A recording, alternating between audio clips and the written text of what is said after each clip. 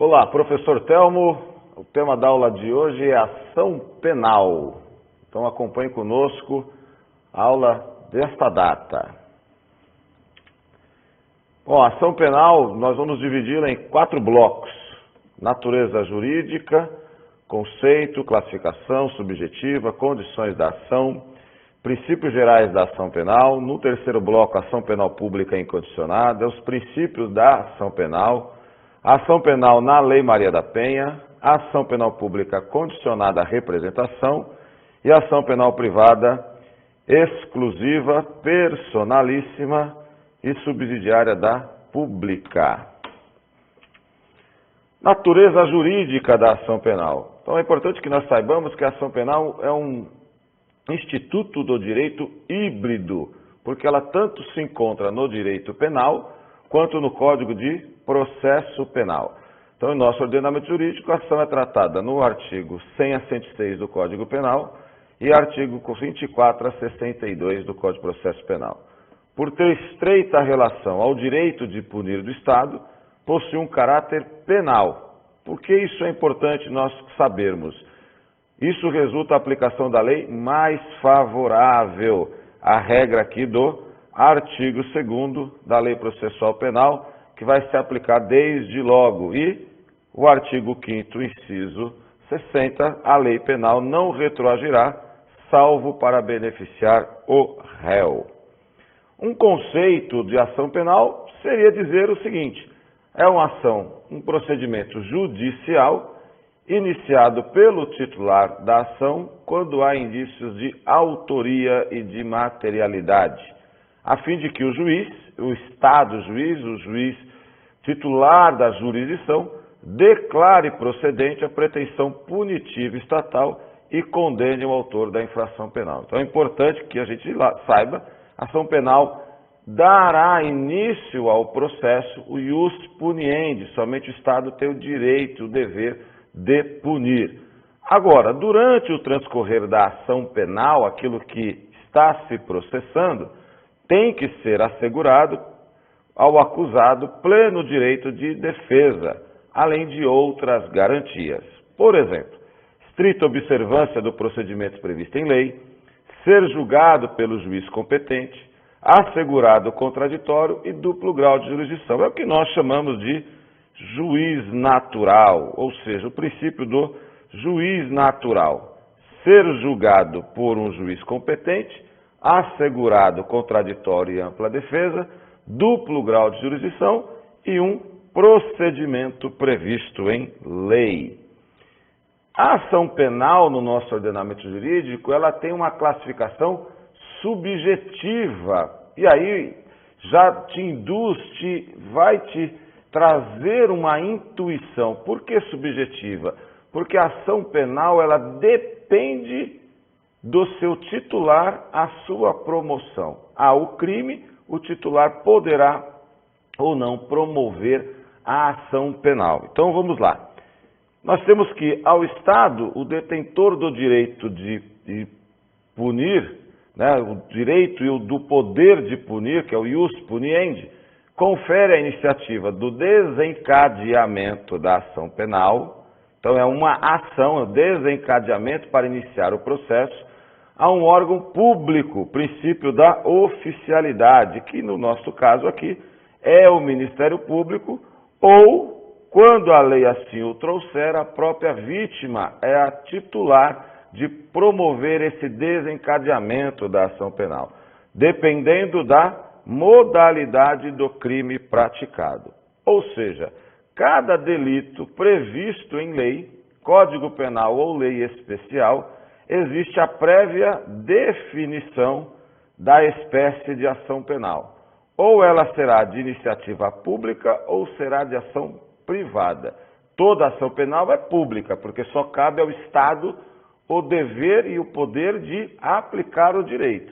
Agora, a sua iniciativa desencadear esta ação, nós vamos ter a ação penal pública, de iniciativa do Estado, ele não depende de ninguém, e a ação penal pública, de iniciativa condicionada, o Estado, para agir, precisa da vítima ou do seu representante legal, e a ação penal privada, pública, que o Estado, para agir, depende do particular, aquele que tem o título, a titularidade do direito de prever aqui a iniciativa da ação penal. Por isso, as próprias infrações penais são divididas entre aquelas que são de ação penal pública e as de ação penal privada. E aí, o que nós temos como ação penal pública? É aquela que o órgão, é aquela que a iniciativa de seu desencadeamento, ou seja, sempre o início, é exclusiva do Ministério Público, órgão público, princípio da oficialidade, nos termos do artigo 129, inciso 1º da nossa Constituição Federal. Assim, havendo indícios de autoria e materialidade, colhidos durante as investigações, mostra-se obrigatório o oferecimento da denúncia, que é a peça inicial neste tipo de ação penal. Aqui nós estamos diante do princípio da persecução penal, que rege o Ministério Público. Havendo indícios de autoria e materialidade de crime, o Ministério Público deve oferecer a denúncia, ou seja, nos crimes de ação penal pública incondicionada, aqueles que o Estado age de pronto, o Ministério Público deve promover a ação penal. Bom, e aí a ação penal pública, como nós já adiantamos, ela se divide ou se classifica subjetivamente nas seguintes modalidades. Incondicionada. O exercício da ação independe de qualquer condição especial. É a regra no processo penal, uma vez que no silêncio da lei, a ação será pública incondicionada. Ou seja, o crime, logo após a baixa do crime, ou logo depois, ao final do título, do capítulo, silencia, a lei silencia. Se a lei nada traz, o crime é de ação penal pública incondicionada. Se o legislador, pelo princípio da legalidade, desejou condicionar ou tornar a ação penal privada, ele vai trazer algumas expressões. Condicionada. A propositura da ação penal depende de prévia existência de uma condição. No nosso caso, representação da vítima ou requisição do ministro da Justiça, quando nós tivermos os crimes lá do artigo 6º e 7º do Código Penal, que são aqueles crimes contra o presidente da República ou Estado de Direito. A ação penal privada é aquela em que a iniciativa da propositura da ação é conferida à vítima, ou seja, a transferência da titularidade da ação penal é da vítima ou de seu representante legal, quando a vítima for menor de 18 anos. A peça inicial se chama queixa-crime, subdivide-se em exclusivamente privada, personalíssima e subsidiária da pública. Nós vamos tratar disso logo mais. Então, recapitulando, nós temos 3 modalidades de ação penal: ação penal pública incondicionada, ação penal pública condicionada à representação da vítima ou seu representante legal e ação penal privada condicionada à propositura da queixa-crime pela vítima ou seu representante legal. Ou seja, toda ação penal é pública, o que vai mudar é a sua iniciativa de propositura. E aí, em resumo, no quadro, nós temos ação penal pública, incondicionada, condicionada à representação e requisição do ministro da Justiça, ação penal privada, exclusiva, personalíssima e subsidiária. Aqui nós temos, então, a classificação subjetiva da ação penal. Então, toda vez que depararmos qual a classificação subjetiva da ação penal, nós sabemos que estamos nos referindo à ação penal pública incondicionada, condicionada e ação penal privada. E as espécies de ação penal privada: exclusiva, personalíssima e subsidiária da pública. Ação penal, portanto, é um direito subjetivo. Depende do Estado, depende do seu titular, a sua propositura. E é um direito do quê? Reclamar do Estado a prestação jurisdicional. Somente ao Estado cabe dizer o direito, ao caso concreto, portanto, toda ação penal ela é pública. O que é que mudará, então?